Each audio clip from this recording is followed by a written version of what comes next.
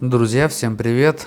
Ну что, подведем итоги по жалобе, которую кинул Сергей Тихий на наш канал «Шаг». Ну, в итоге жалобу Сергей не снял. YouTube заблокировал это видео, теперь ролик никому не доступен. Но, прочитав правила YouTube, Сергей еще может отозвать свою жалобу. И, я так понял, ролик будет открыт.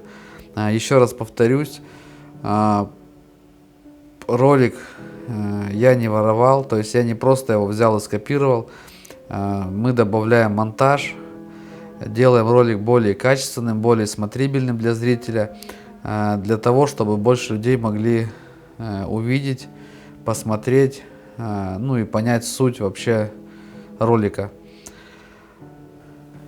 Также повторюсь, единственной моей ошибкой было то, что я не разместил ссылку под роликом на первоисточник, но затем я ее все-таки разместил, но тем не менее жалобу Сергей не убрал и ролик был удален.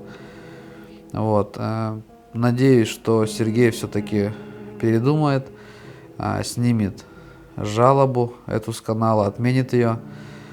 Сейчас на данный момент у канала получается одно предупреждение. Если еще будет одно предупреждение, то на третий раз канал будет заблокирован уже YouTube, и там уже сделать ничего не получится. То есть канал уже не разблокировать. Все, друзья, еще раз всем спасибо за слова поддержки. Я читаю каждый комментарий, очень приятно. Постараюсь вас радовать нашими роликами, связанные с шаманом Александром Габышевым. Всем успехов, всем удачи и здоровья!